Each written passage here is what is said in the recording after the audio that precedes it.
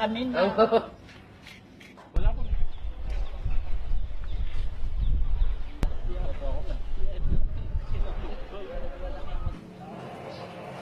Kanan. Grabe na bro. Hindi may kapin doon.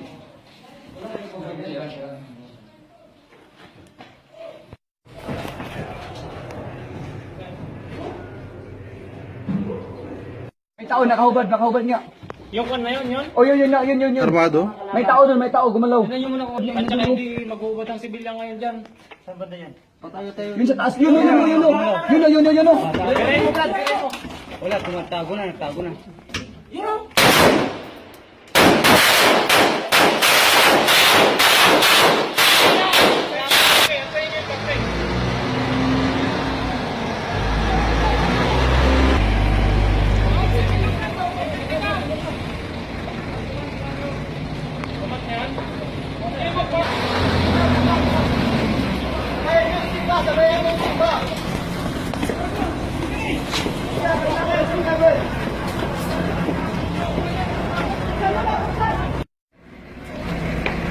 Kunin yun. Lakay. Kunin nyo. Lakay doon.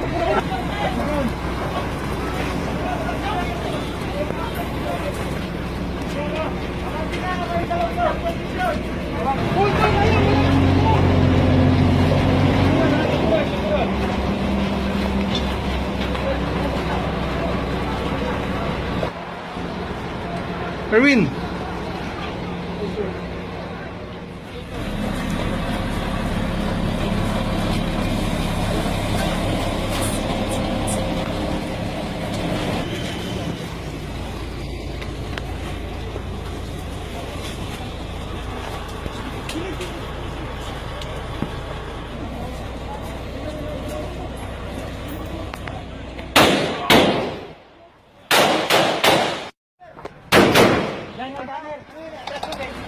Tao.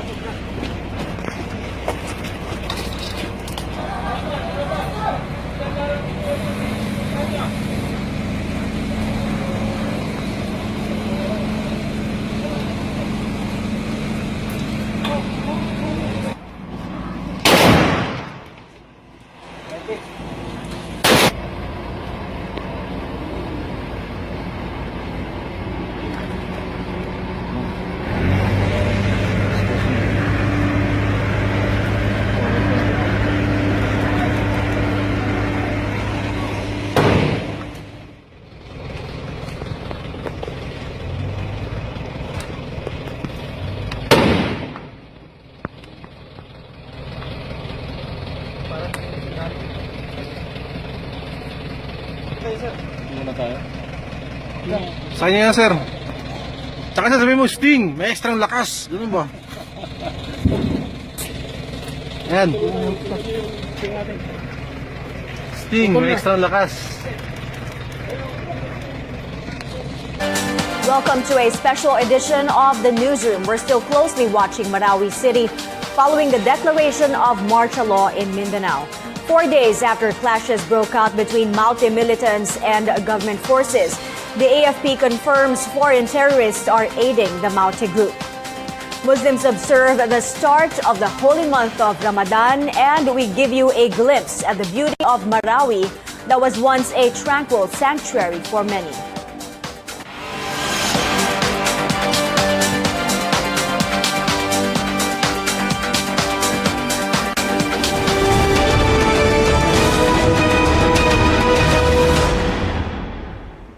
Thanks for joining us this morning. I'm Mai Rodriguez. Government troops continue to intensify clearing operations against the Maute group in Marawi City 4 days after President Rodrigo Duterte declared martial law in Mindanao. Hundreds of residents have evacuated and are staying at the Mindanao State University, located almost 40 kilometers away from Ground Zero. Our George Cahiles reports Marines have been deployed to the area. We will have George Cahiles to report to us on that in a little while. President Duterte comes closer to Ground Zero as he rallies behind soldiers who are trying to flush out terrorists in Marawi City. The president spent his Friday in Iligan City, where hundreds of residents are seeking refuge. He reiterates he will go hard on those sowing terror in the country. Here is the president in his own words. So you can say that the ISIS is here already. The fact that they were flying the flags, although masabi natin yung iba, damay na lang, maybe disgruntled followers of a politician o yung may galit sa gobyerno. So yan ang problema natin. And you're going to fight. I have to fight every day until this conflict is resolved. I could only pray for you, pray for my policemen that there will be deliverance from harm. We now speak with AFP spokesman Restituto Padilla for more updates in Marawi. Good morning, Brigadier General Restituto Padilla. Thank you for joining us. Good morning, Mai, and thank you for having us. Sir, are we seeing more or less skirmishes or firefights in Marawi City today? Well, Mai, hopefully as we get into the interiors of Marawi and secure the areas that have been held up by many of these terrorists previously, we hope to have less of this. You know, the start of the holy month of Ramadan for our Muslim brethren is very important. And we are seeking to secure Marawi at the soonest time possible in order to make way for the return of our residents into the city. And we can only do this if we have the full cooperation of the public, particularly the residents of Marawi and all the local officials as well as the other agencies that are working and helping to make this happen. Sir, can you confirm if telco signals have been shut down to prevent the Maute group from communicating with each other? We mentioned there are attempts to sow more disinformation. These are measures that we have to take, hard as it is, on everybody to ensure that this disinformation is put to an end. Sir, how many more militants are you pursuing in Marawi City? Do you have a number, sir? I don't have the exact figure as of the moment, and this matter is something that we are working on. But rest assured that they are getting lesser by the day, and we are moving towards accomplishing our mission of securing every part of the city. This is our commitment to the people of Marawi, and as I mentioned, we need your full cooperation as well as the full cooperation of everyone else who desires to bring back the peace that Marawi was enjoying for a long time. Any update on the casualties or the injuries in the area as you try to flush out the militants, sir? The latest figure I have is still as of midnight the other day. I have not received the updates of last night, but from that figure that we mentioned, the number of casualties remain 31 on the side of the enemy. We have 11 on the part of the AFP and 2 from the police, and 39 wounded, many of whom are not life-threatening. Sir, can you give us an update on, you said yesterday foreign militants are helping the Maute group in Marawi City. Do you have a confirmation on their identities? You said 6 of them are foreign nationals. How did you confirm their nationalities, sir? So we qualified yesterday. We were able to get hold of information that showed about a number of those who were killed from the 31 figure I gave you having been named.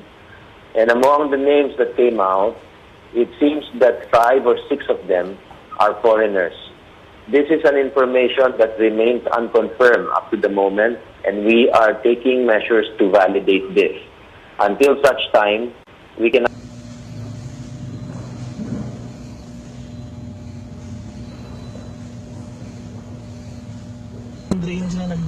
Nakita mo ba? Oo, nakita ko, sir. Huwag dyan ha, Maute na yan dyan. Alam ko. Huwag masyadong lumapit ha.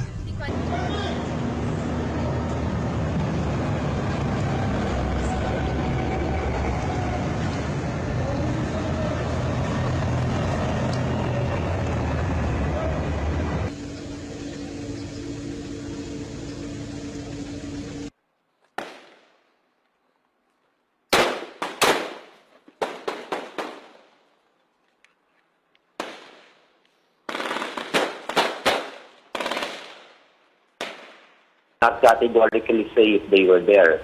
However, we have proof based on previous military operations that there have been foreigners involved helping and teaching skills in radicalism and extremism in the accomplishments that we have had previously. Sir, do you have any update on the hostages, civilians supposedly being held by the militants? We don't have clear figures as to how many are still being held. We did get line of information that some of them have been released, and we're seeking to validate that while we go into the interiors. For those who may have information regarding this, we highly encourage them to please reach out to our people on the ground in the area of Marawi so that we can validate this as soon as possible and have a clearer picture of the number of hostages still in the hands of these terrorists. So would you confirm with certainty, sir, that there are indeed hostages? Because ARMM Governor Mujib Hataman yesterday said they have 15 that they have identified or in their list. They have a list of 15 civilians, supposedly with the militants. We have no confirmation from our end. Our concentration has been on military operations to clear the city, and hence we have not been able to verify number of hostages in the hands of the terrorists. Again, our concentration is to clear the city of these elements, but request the help of our other agencies of government to ascertain that. So right now, sir, of course, they're trying to take control of Marawi City, and the violence is, for now, isolated in Marawi. Would you confirm that, sir? And how will the government prevent any spillover of this violence to other areas in Mindanao? The situation in Marawi has been contained. We are very much in control of many parts of the city already and trying to deal with the remnants. There are pockets of resistance, but they are getting lesser by the day. We hope to resolve this as soon as possible. We are trying and working hard to prevent any spillover from any of the elements that are within. But those that are without may continue to create diversionary activities that would drive or seek to drive the forces that are in Marawi. But we will not allow that. We have enough measures on the ground to deal with this. Sir, we have reports that Marines are being deployed to the Mindanao State University. Can you tell us more about that? For now, many are operational matters that I am not privy to open up to public. Let us keep it at that at the moment. Okay, we understand, sir. Thank you for taking our call today. That was AFP spokesperson Restituto Padilla. Marawi residents flee from the firefight in the city and are seeking refuge in nearby city Iligan. Our senior correspondent Ruth Cabal is there. Ruth, how are the evacuees doing? Maya, the number of evacuees doubled from yesterday. There are now more than 2,700 individuals here in Iligan City. The local government is making sure that terrorists do not sneak in with the innocent civilians from Marawi City. At the checkpoint in Barangay Suarez, PNP and AFP personnel are thoroughly inspecting vehicles.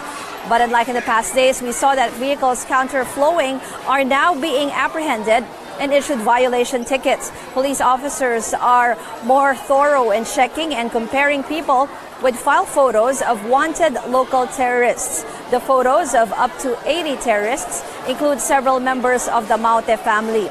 According to Iligan City Mayor Celso Regencia, the photos were from government intelligence agencies and were distributed to local law enforcement officers.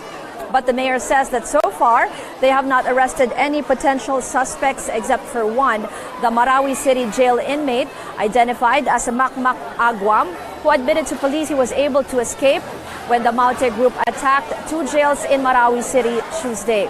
Meanwhile, more than half of the total number of evacuees at 1,300 individuals are here at the Maria Cristina Gym. Welfare officers had to turn down some more families coming in because to prevent overcrowding. They were instructed to transfer to the other evacuation center in Barangay Buruon. The total number of evacuees are actually more because there are the so-called home-based evacuees. They are from Marawi City, but they have residents here, but they have relatives here in Iligan City, and they are staying with their relatives, but are getting their supplies from the evacuation centers. The welfare officers here say that so far there are enough supplies and relief goods for the evacuees. Bye. Ruth, it's day 4 since the violence broke out in Marawi, and as you said, evacuees there have doubled, and presumably more will arrive in the coming days. Are there any concerns that local officials and social workers have raised? Any other concerns aside from the supplies for the evacuees? So far, there are no serious concerns. We asked them about, possible some of the diseases, possible spread of diseases, but what they noticed there were just complaints of headaches or cough and colds for the children. Though yesterday we talked to one of the welfare officer, and she was requesting that, if possible, the DSWD could bring in psychologists and psychosocial experts to also help the evacuees deal with possible trauma. Right. Ruth Cabal reporting to us live from Iligan City. When a newsroom returns, the armed forces will be exercising the right to censure, even on social media. Amid the crisis in Mindanao, many are asking, will terror reach Metro Manila? Find out what the PNP is saying. Muslims begin a month of prayer and fasting as Ramadan starts. We will be back after a quick break. Stay with CNN Philippines.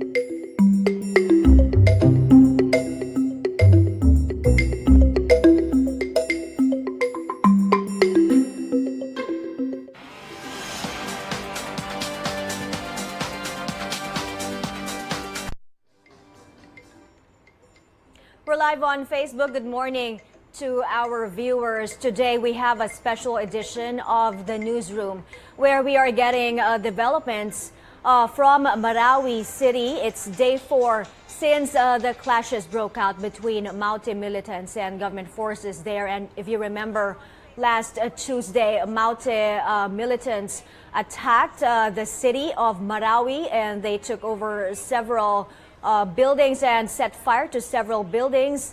They also took siege or took control of a hospital there. But in recent days, these establishments, the hospital, for example, has since been taken control by military forces. And today we were talking to AFP spokesperson Restituto Padilla, and he gave us an update. This is a special edition of Newsroom. Welcome back. New information on the crisis in Marawi. Officials say foreign terrorists are helping the Maute group and that they most likely joined the group in combat. Authorities say the terrorists are from Indonesia, Malaysia, and Singapore. Our senior correspondent, Ina Andolong, tells us more. So government troops aren't just fighting Filipino extremists in Marawi. Officials who sat in meetings